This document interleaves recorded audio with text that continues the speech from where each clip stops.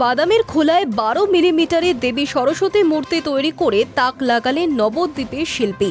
একটি বাদামের খোলার উপর 12 মিলিমিটার মা সরস্বতীর মূর্তি তৈরি করে আবারও চর্চায় নবদ্বীপের এই শিল্পী।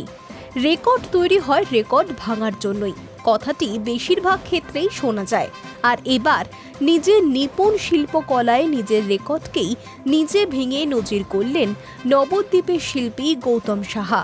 সামান্য একটি বাদামের খোলার উপর মাটি রং দিয়ে দেবী সরস্বতীর মূর্তি তৈরি করে ফের একবার নিজের শিল্পকলার নজির সৃষ্টি করল নদিয়ার নবদ্বীপের এই শিল্পী, যিনি পেশায় একজন অঙ্কন শিক্ষক।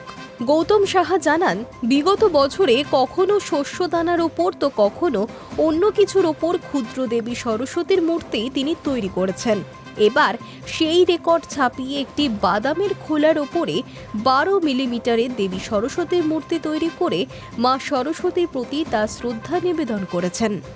নবদ্বীপ শহরের প্রতাপনগর এলাকার বাসিন্দা গৌতম সাহা, বয়স যার আনুমানিক 57।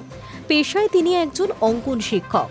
জানা যায়, গত লকডাউনের সময় থেকে তিনি এই ক্ষুদ্র শিল্পকলা তথা এই সৃষ্টির কাজ শুরু করেন। অতীতে বিভিন্ন সময় তিনি কখনো মুগ ডালের ওপর, কখনো ধানের ওপর তো কখনো চকের বা চালের ওপর মাটির রং দিয়ে ফুটিয়ে তুলেছেন মা কালী, রবীন্দ্রনাথ ঠাকুর, মহাপ্রভু সহ বিভিন্ন দেবদেবী ও মনীষীদের মূর্তি।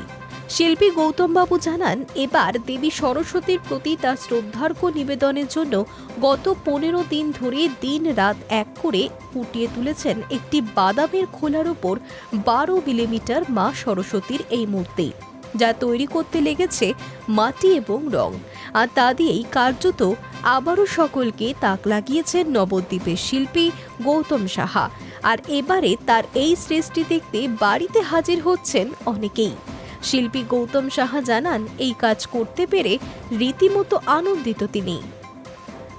High news network.